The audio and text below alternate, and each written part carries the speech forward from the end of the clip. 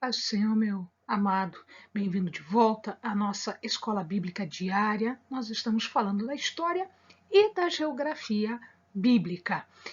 E falamos agora, nós começamos hoje, o reino de Israel unido através de Davi. Davi foi o segundo rei. Então, pega a sua Bíblia, pega seu caderno de estudos, ora ao Senhor, pede a Ele discernimento, entendimento, conhecimento, sabedoria, pede a Ele proteção para que nós possamos descobrir dos seus mistérios. Muito bem, então nós já vimos que Saul morre, né, e sobe ao trono de Israel Davi, que é o segundo rei de Israel, mas é o rei segundo o coração de Deus. Então, hoje a gente vai falar exatamente dessa transição em que ele é ungido, né, entre a unção dele por Samuel e o estabelecimento dele no trono. Então vamos lá. Bom, Davi, antes de mais nada, ele era uma pessoa que ficou conhecida como o homem segundo o coração de Deus. Ele era nobre de caráter, nós vamos ver isso em várias passagens bíblicas, e principalmente no fato de que ele não revida o tratamento que Saul lhe confere. Saul busca, sem nenhuma explicação razoável, ou seja, não porque Davi afronta Saul, mas Saul busca matá-lo sem, portanto, nenhuma razão, apenas por ciúme, inveja, enfim, por orgulho. De qualquer forma, mesmo ele tendo várias oportunidades em que ele poderia matar Saul e se livrar da perseguição, ele não faz isso. E por que ele não faz isso? Porque ele é temente à palavra de Deus. Saul, sendo bom ou sendo ruim, era ungido de Deus. Ele era o rei de Israel. Portanto, sobre ele estava a unção, o reinado, né, a coroa que Deus lhe deu. Então ele esperou pacientemente o seu momento de subir ao trono. Ele era um guerreiro valoroso e ele prova isso, ele unifica o reino, ele destrói muitos reinos, muitas nações. Ele era um estrategista, ou seja, ele conseguia descobrir na batalha, ele conseguia descobrir a melhor forma de vencer. É claro que isso tudo é dado por Deus. É óbvio que isso tudo era direcionamento de Deus. Mas, acima de tudo, antes de uma pessoa de caráter, antes de uma pessoa guerreira, valorosa, ele era um adorador. Ele, quando apacentava os animais da sua família, ele adorava o Senhor, ele cantava, ele tocava, né? A palavra diz que ele adorava com instrumento de corda, o que se entende ser a harpa. Tanto isto é que hoje nós temos algumas estátuas que mostram Davi com uma harpa nas mãos. Ele teve duas oportunidades para matar Saul, como a gente viu agora há pouco, como a gente falou agora há pouco. Numa oportunidade, numa região chamada Engedi, essa região Engedi, ela fica muito próximo ao Mar Morto. Então aqui está o Rio Jordão e o Engedi fica muito próximo ao Mar Morto. Aqui o que acontece? Ele estava numa caverna e Saul entra na caverna para fazer as suas necessidades, para se aliviar.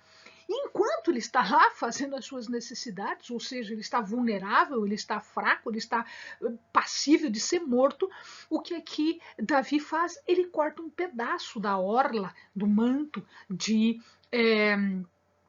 de Saul, e quando Saul sai, ele mostra, olha aqui, ó, eu poderia ter te matado, mas eu só cortei um pedaço da tua roupa, né? E aí Saul cai em si, etc, aquela coisa arada toda.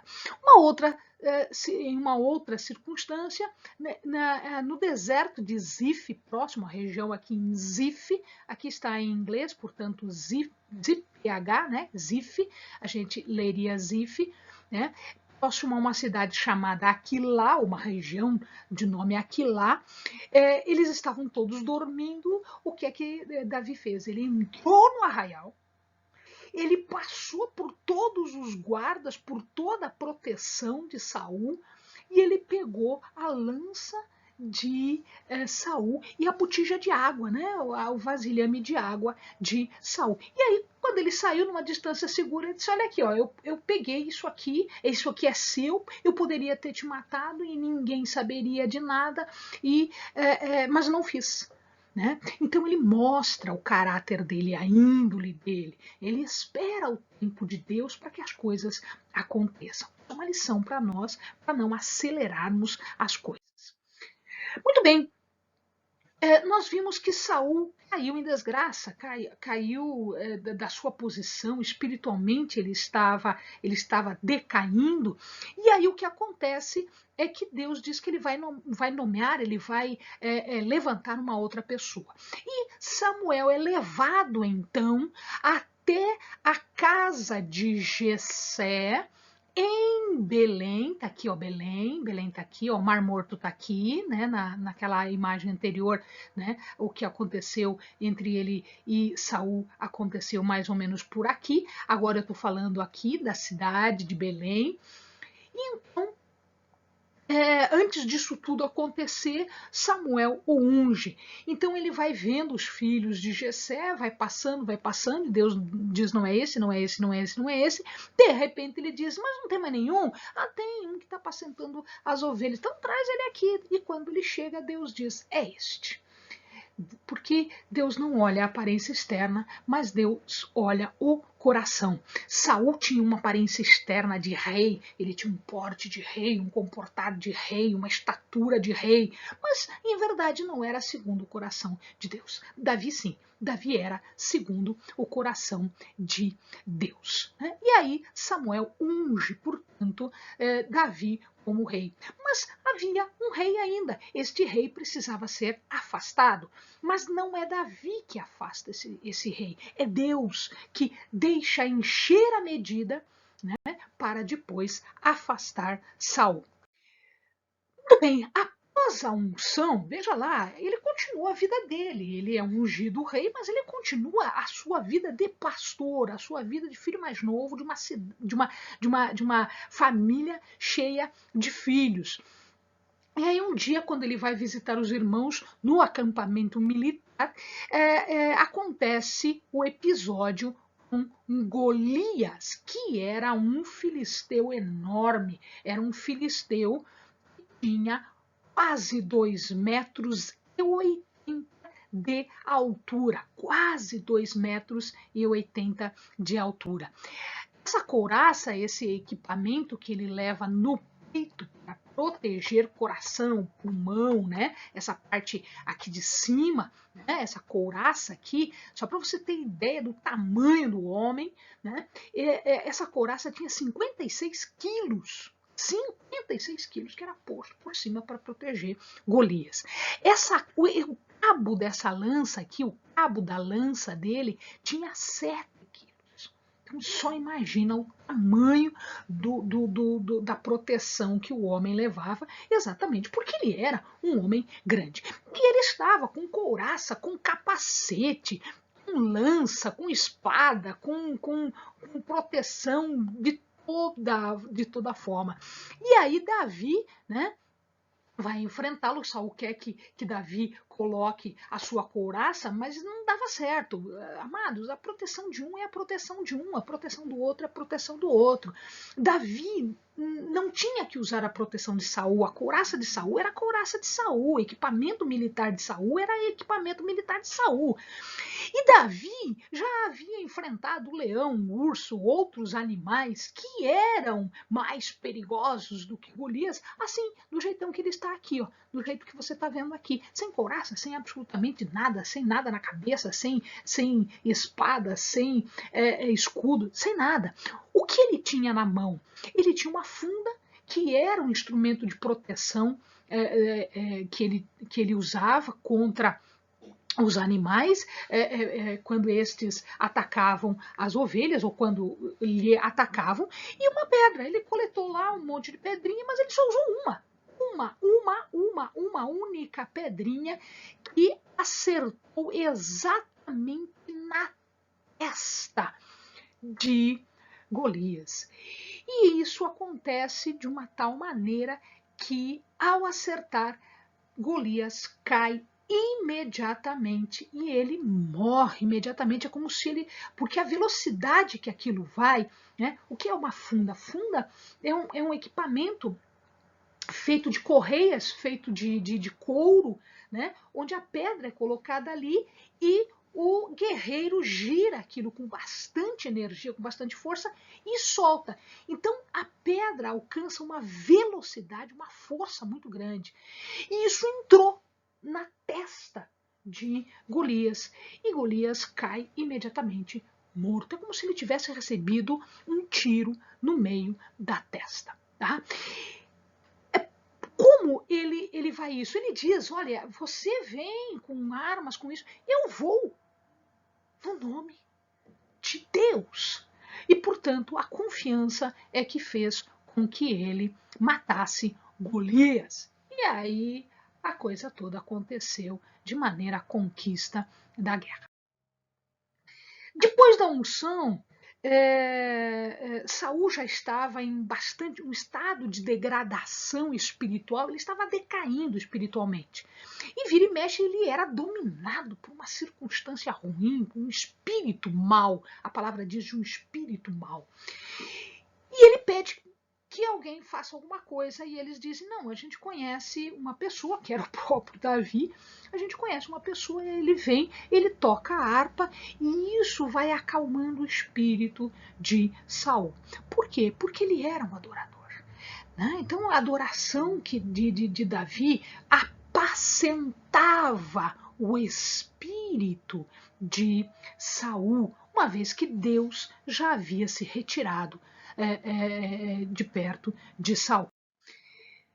Bom, o que acontece é que Davi começa a ter fama, Davi começa a ganhar, Davi começa a guerrear bem, Davi começa a ter um nome e isso vai causando em Saul uma inveja, um ciúme. Né? Isto vai mexendo com o brio, com o orgulho de Saul. E Saul era extremamente orgulhoso, extremamente arrogante, como nós já vimos em outros episódios. Então ele começa a atacar, né, Davi. Então não é uma nem duas vezes, ele pega a lança dele e ele joga a lança contra Davi, tentando cravar, né, a lança em Davi.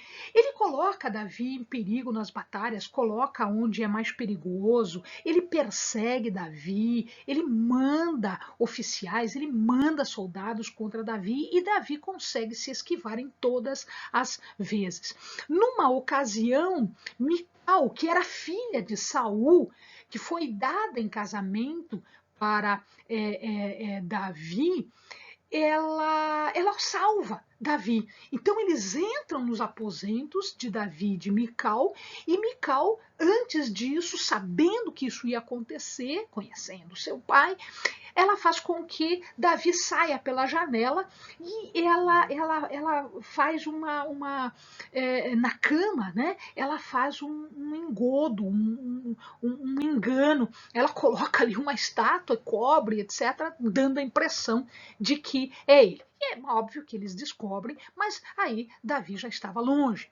Né? Jonatas, que é o outro filho, que era o herdeiro natural de Saul, ele também defende Davi. Aliás, Davi e Jonatas tinham uma amizade muito forte, muito próxima um do outro. Eles eram bastante amigos e companheiros. Então, vejamos lá. Aqui está, né, o trajeto, como Davi fugiu. Então, ali, ó, Gibeá, Ramá, Nob, Gate, a caverna de Adulão, Mispá, Erete, Keila, Zif, Maom, Engede. E depois ele fica em Ziglade, que é na Filisteia, entre os filisteus, é uma cidade que ele ganhou do rei da Filisteu, né? E nesse meio tempo, Saul morre e aí ele volta para Israel. Começa aqui, ó. Então, aqui, ó, em Gibeá, né? Ramá, depois Nob, aqui onde Saul, quando na perseguição de Davi, ele acaba matando os sacerdotes que auxiliaram Davi. Esse é uma situação bastante delicada, provocada por Davi, porque Davi mente, Davi engana, e aí os sacerdotes é que pagam as consequências disso. Ele vai para Gate, ele foge para Gate, depois ele vai para Adulão, ele passa então em Mispá, Erete, Keila está aqui. Né? Então ele ia, vinha, aqui ó, o Enged, né, que a gente viu agora há pouco, Zif, que está nessa região aqui, ó, Zif, aqui essa região toda é o deserto de Zif, tá? E aí ele sobe, Eila, enfim, ele termina em Gade e depois ele ganha a cidade de Ziglac, e ele fica em Ziglac, ele ganha os filisteus, tá? E ele fica em Ziglac até a morte de Saul. Aí já está protegido. Depois que Saul morre, ele vai para Hebron. E em Hebron, os homens de Judá, porque Hebron fica pertencente à tribo de Judá, os homens de Judá, portanto, dali, eles o ungem como rei. E ele reina sobre Judá durante 7 anos. De todos os anos em que ele é rei, 7 ele reina em Hebron. Bem, amados, bons estudos!